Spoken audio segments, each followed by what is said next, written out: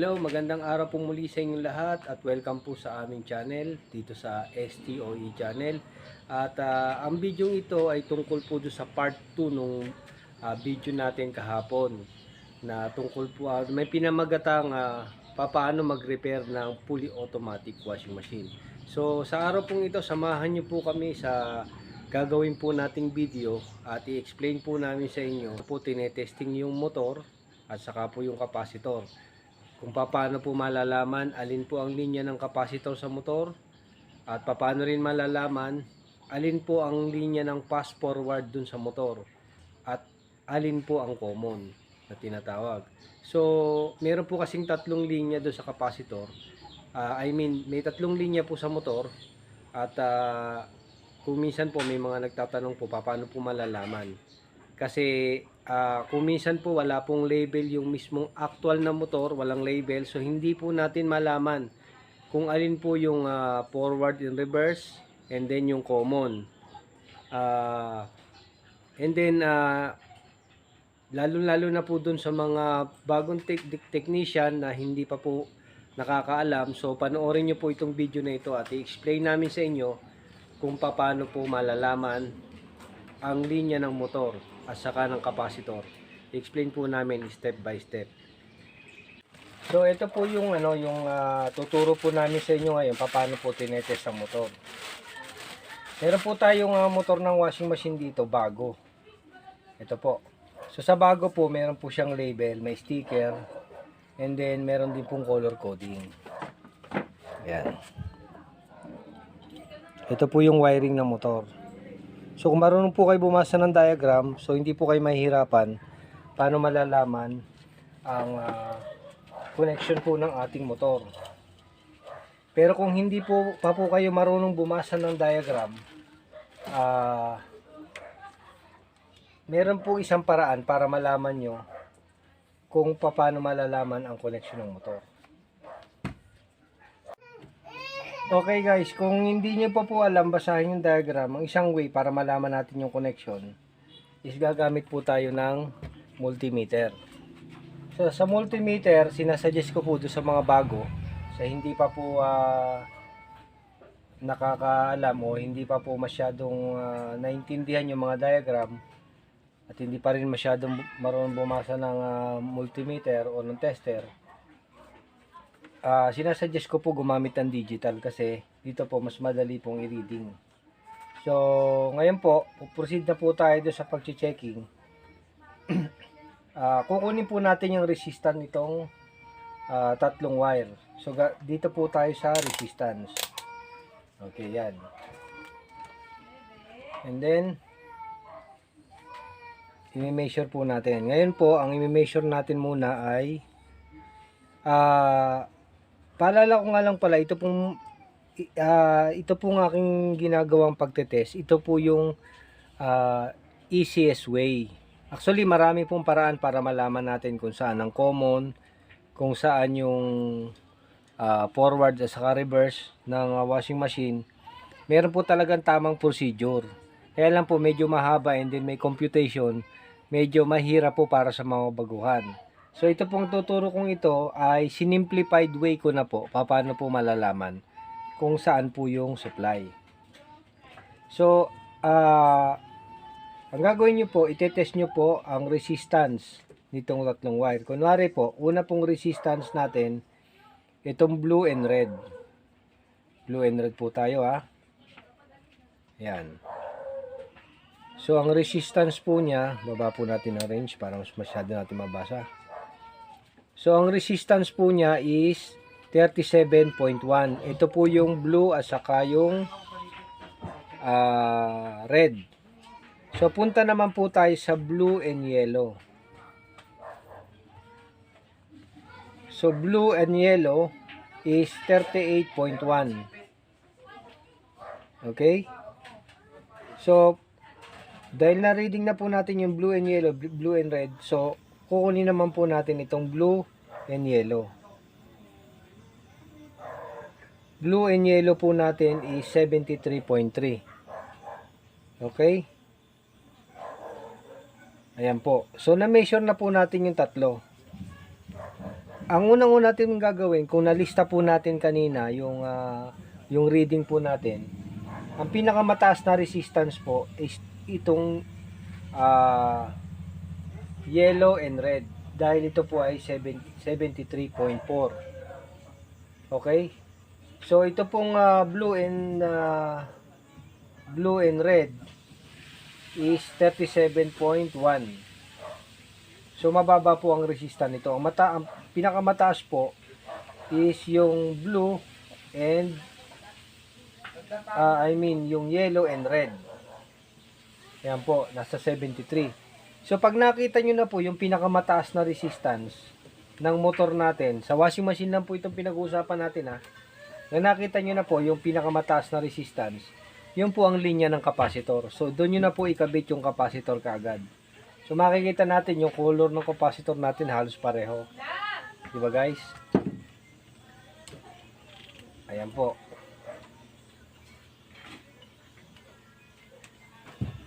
Ayan. So yung red pwede po nating ilagay sa red. Yung yellow pwede po rin nating ilagay sa yellow. So ang capacitor po natin walang polarity, pwede pong magkabaligtad. Pwede po yung red mapunta sa yellow. Pwede naman yung yellow mapunta sa red. So wala po tayong polarity. Kaya lang nilagyan po nila ng yellow at saka ng red is para color coding na rin po. So ayan po. Ang natitira po nating wire, isa na lang. Yung blue. Okay? So itong blue na ito guys, ito po ang ating common. Okay? So ayan. Ikakabit na po natin siya. Kumuha tayo ng plug. Okay, plug. Ikabit po natin siya sa plug. Kung gusto po natin testingin to, ayan, ikabit po natin ang plug. Pagkatapos, ito guys, lagyan na natin ng tape.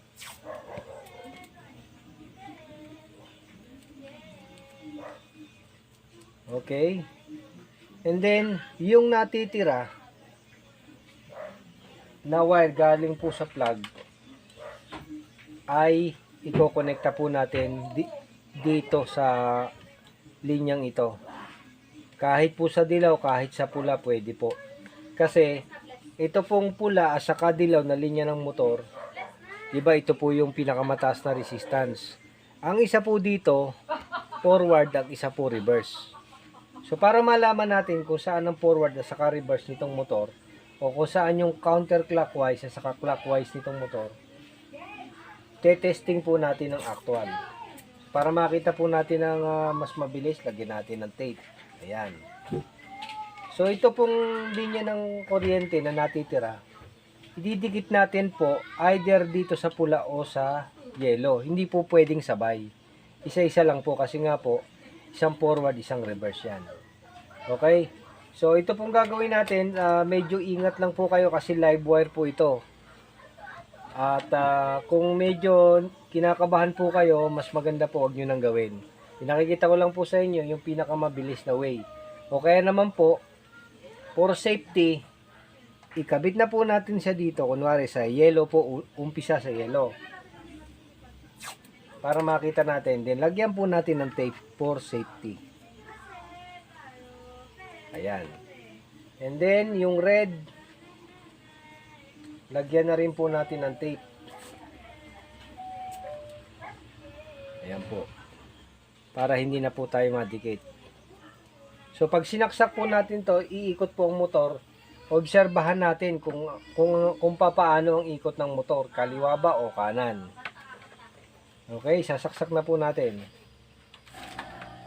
Ayan guys. So nakita natin ang ikot ng motor pakaliwa. Ayan. So ibig sabihin, ayan po yung reverse niya. Ayan, reverse. Hinto natin. And then, paandarin uli natin. Ayan. So, yan po yung reverse. So, para makita natin kung magpo-forward siya, bunutin muli natin sa plug. And then, itong wire na nakakonekta sa yellow, i-connecta naman po natin sa red. Dapat po yung motor, umikot po siya ng forward. o clockwise. Ilagyan po uli natin ng tape for safety. Ayan. And then, tingnan po natin yung motor kung paano iikot. Ayan, nakita po natin na umikot po siya ng pagganito. So, yan po yung forward. Kanina po yung reverse. Ngayon, forward na po siya. So, nakita po natin na yung motor natin ito, since na bago po ito, buo po ito. Buo. Okay? So, kung ma-encounter po kayo, just in case maka-encounter kayo na yung motor po hindi po nag-forward and reverse, may isa pong possibility po na sira po yung capacitor. Kung halimbawa po yung motor natin, kahit inilipat natin yung connection natin do sa reverse and forward, pero one direction pa rin, hindi nagbabago, i-check po natin yung capacitor. Okay? Okay. So, pumunta naman po tayo dito sa capacitor. Paano po tinetest yung capacitor? So, meron po mga different way ng pag-check ng capacitor. Ang pinakamadali po, punta po tayo doon sa pinakamadali, ay paggamit po ng ESR meter. So kami po, may ginagamit po kami ESR meter dito. Ito po yung capacitor. Check nyo lang po ano po ang value ng capacitor. So ito po ay 10 microfarad. Ayan po. So yung reading po na ma-read natin dito sa ESR meter is almost the same sa value. Okay? Ano po ito plus minus 20%. Example po, ayan. Ito po yung pinakamadaling way Kakabit lang po natin itong dalawang linya ng capacitor dito sa ating alligator clip, and then ipo-push natin yung button. Hintayin po natin na mag-reading. So ayan, na-detect niya pong capacitor. Then ang reading po ng capacitor is 9,390 nanofarad. Very close po sa 10,000. So 10,000 nanofarad is equivalent po ng 10 microfarad. So ibig sabihin, kung ang 9,300 po plus minus 10%, ibig sabihin buo po itong ating capacitor. Okay. So kung wala naman po kayong ESR meter, sinasuggest po namin na gumamit po kayo ng analog tester. So sa analog tester po, hindi po accurate, pero makikita nyo po na kung yung capacitor nyo is buo pa o hindi, o yung capacitor nyo is gumagana pa. So kailangan nyo lang gawin, i-memorize nyo po yung value kung hanggang saan po siya nagre-reading. Normally po kasi, kapag ang value po 10 microfarad dito po sa aming analog na multimeter, pag nag-range po kami ng X1K, pumapalo po ito hanggang 10. So meaning 10,000 ohms, pagkatapos bumabalik po sa 0. Okay, try po natin. So observe nyo lang po yung yung ating multimeter. Kung ano po ang mangyayari. Ayan. Kasi mawawala po kagad yung reading, babalik po siya. After po ng reading, so babalik po siya sa 0. And then paalala ko lang din pala, kung magche-check po kayo ng capacitor, kuminsan po kasi pagka ang capacitor gamit na, meron pong charge ito pong wire. So much better po before checking, for safety, para hindi po kayo makuryente, kasi kung may charge siya, makukuryente kayo, i-short nyo po yung dalawang wire. Pag na-short nyo po yan, madi-discharge na po yung voltage na laman ng capacitor. Kasi ang capacitor natin, nag-i-store po ito ng voltage. Okay. So, ang gagawin po natin, ikabit natin yung isang test prod sa isang wire. And then, tingnan po natin yung multimeter. Magre-reading po yan. Then, pagkatapos babalik po sa 0. Okay. Ayan. Kita nyo po, bumalik. And then, pagka bumalik pong gano'n, ang gagawin natin, pagpalitin po natin. And then, i-try po natin ulit.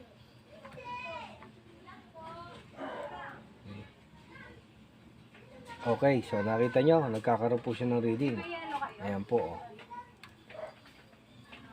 So dito po, hanggang 10K po ang resistance niya, then bumabalik sa 0. Ayan po. So sa digital po medyo mahirap pong makita yung value ng capacitor dito sa digital multimeter. Pero kung sanay po kayo dito, gumamit nito, pwede rin po. Gagawin nyo lang po, magre-reading po yan, mawawala din. Parang kapareho po ng analog.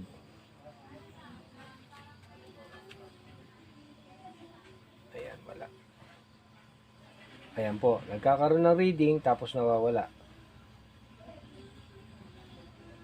Opo. So nakita nyo po, sa digital multimeter, medyo mahirap pong ma-determine kung good yung capacitor. Sa analog po, mahirap din po. The best way po para malaman nyo kung buo yung capacitor nyo, gagamit po kayo ng ESR meter. Kaya lang po, may kamahalan yung ESR meter para sa mga baguhan, medyo mahirap pong mag-provide nyan. Or, i-test nyo po actual dun sa motor. Okay guys?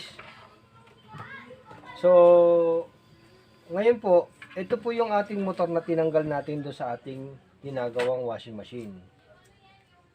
Ngayon po, assuming na hindi po natin alam yung wiring, kunwari. Okay? So, meron pong tatlong wire ito. Ayan. Ayan. Ulitin po natin yung ginawa natin doon sa bago. Ayan. Kailangan po nating balatan yung mga wire.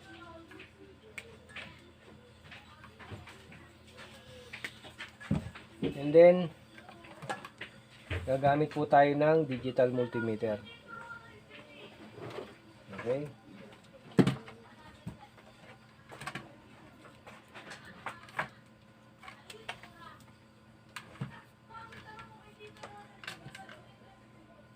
Ayan po. So, tingnan nyo po yung yung reading ng ating multimeter. Ano po? Pupunta po tayo uli dito sa ating resistance checking. Dito tayo sa pinakamababang range. Kasi pag nag-range po tayo sa mataas, mahirap basahin dahil mga point something na lang. Okay? So ngayon, umpisahan uli natin sa blue. Blue and red, ilan po ang resistance? So 23.8. Ayan po. Blue and red. Then, itry naman natin yung blue and then yellow. 24.9. 23.9. So, mababa rin po ito. And then, subukan naman natin ang red and then yellow. So, red and yellow ay 46.9. So, ibig sabihin, ito rin pong red and yellow ang mataas na resistance. Kung ito po ang mataas na resistance, so ito po yung nakakonekta sa ating capacitor. At the same time, ito rin po ang forward and reverse. Ayan, kabit na po natin. Ayan, okay. So yung blue, yan po ang ating common. Okay? So, kukuha po ulit tayo ng plug. I-test po natin. So, yung isang wire ng plug natin, connecta na natin sa blue kasi yan po ang common natin. Then, lagyan natin ng tape for safety.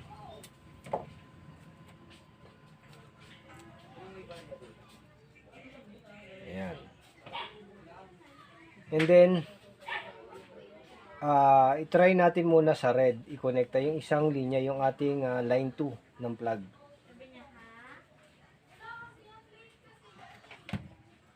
Then, lagyan din po natin ng tape for safety.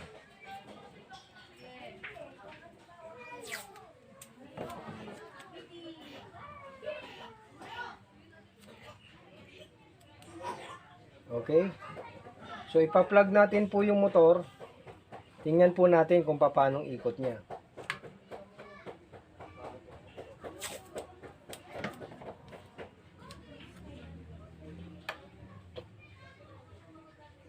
Okay. So nakita po natin, ayan po, papatayin ko. And then, isasaksak ko uli. Nakita po natin, napakanan po ang takbo ng motor o clockwise. Diba? So, ibig sabihin po, na ito pong linya ng red, iyan po ang kanyang forward. Okay. So, nakita na po natin na yung forward is umaandar. So, i-check naman po natin yung reverse.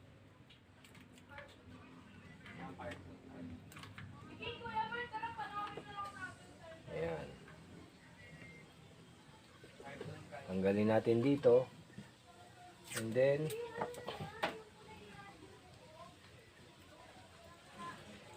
ilipat po natin sa yellow.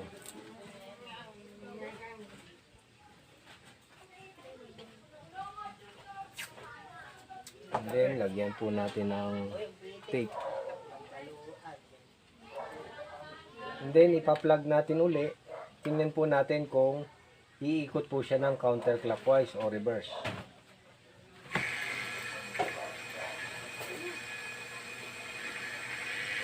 Okay. So, nakita po natin na umikot po siya ng reverse. Ibig sabihin, yung motor po natin is good. Okay. Okay na po. A few moments later. So, ito guys, yung tab natin. Ito. Ito po yung tab. Ito yung ating, kagaya na in-explain ko. Ito po yung outer tab. Ito po yung inner tab. So, wala po yung pulsator, tinanggal ko na. Yung parang tubig guys, pag inalog natin yan, may parang tubig, normal po yon. Ang hindi po normal na tubig yun nandito, naiiwan dito. Ayan. Kapag ka po may naiiwan tubig dito, ibig sabihin baka barado po yung ating drain. Pero kung halimbawa wala po yung tubig at para may umaalog, yun po yung tubig na nandito. Ito po, nandito sa loob yun guys. Kung ang tanong po, bakit po may tubig dyan? Ang purpose po nun is balancer. Kailangan po ng inner tab ng liquid para po maging balanse po yung ikot niya.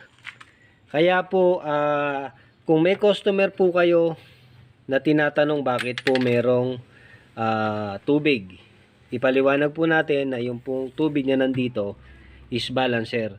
Halos 95% po ng mga brand ng top load washing machine, naglalagay po sila ng balancer dyan. Okay? O yung liquid na laman nito. May laman po yan. Pag tinanggal po natin yan, may laman pong liquid. So, yun po yung balancer. Okay? So, sana po clear yun doon. Hindi po yung tubig niya nandito, ha? Yung kumakalog po na tubig na yon is nandito. Pakiramdaman nyo po kapag hinawakan yung ganyan, tinalog nyo, mararamdaman nyo po dito sa mga daliri nyo yung tama ng tubig. So ayan guys, at ipinakita namin sa inyo kung paano po tinetesting yung motor ng washing machine. At kung paano po inaalam yung bawat linya nito. At paano itinetest ang kapasitor. Ayan guys, at naipakita po namin sa inyo kung paano po namin tinetesting yung motor ng washing machine, actual na testing, and then yung linya ng kapasitor, yung common, yung supply ng motor, kung saan po, kung paano siya hinahanap na ipakita po namin sa inyo. At yung isa pa po, yung tab ng washing machine na tinanong po ng isang nating subscriber kung normal na meron pong tubig yung tab ng washing machine.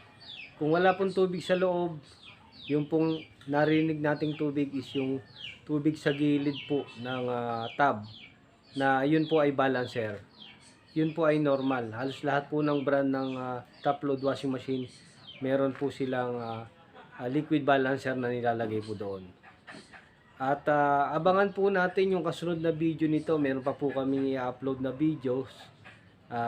Magte-testing po tayo ng mga ilang sensors at yung mainboard. Tetestingin po natin sa mga susunod na video kung paano po siya tinetest. Yung pong ating inlet valve, yung pong ating water level sensor, paano po madidetermine kung may problema po ito. At iba pa po. So sana po samahan nyo kami sa mga susunod pa naming videos na i-upload at kumpletuhin po natin para po kompleto na rin po yung ating kaalaman sa pagre-repair po ng automatic washing machine. Okay, sana po ay nakapag-share kami sa inyo ng kaunting kaalaman at dun po sa mga hindi pa po nakapag-subscribe sa aming channel, please subscribe our channel and pakihit na rin po yung notification bell para sa bagong videos na i-upload namin.